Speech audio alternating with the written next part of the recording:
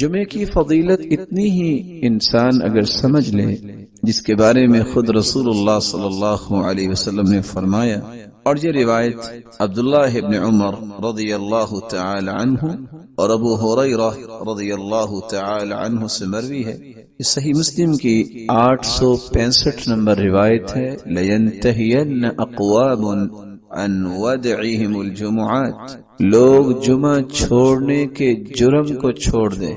أَوْ لَيَخْتِمَنَّ اللَّهُ عَلَى قُلُوبِهِمْ، وگرنہ اللہ تعالیٰ ان کے دلوں پر مہر لگا دیں گے۔ ثُمَّ لَيَكُونُنَّ مِنَ الْغَافِلِينَ، پھر ان کی زندگی غافلوں کی زندگی ہو جائے گی۔ اور ایک دوسری روایت کے الفاظ یہ ہیں، من ترک 3 جمع متہاونا، جو شخص 3 جمعے سستی کرتا ہوا چھوڑ دیتا ہے، طبع اللہ علی قلبی، اللہ تعالی اس کے دل پر مہر لگا دیتے ہیں۔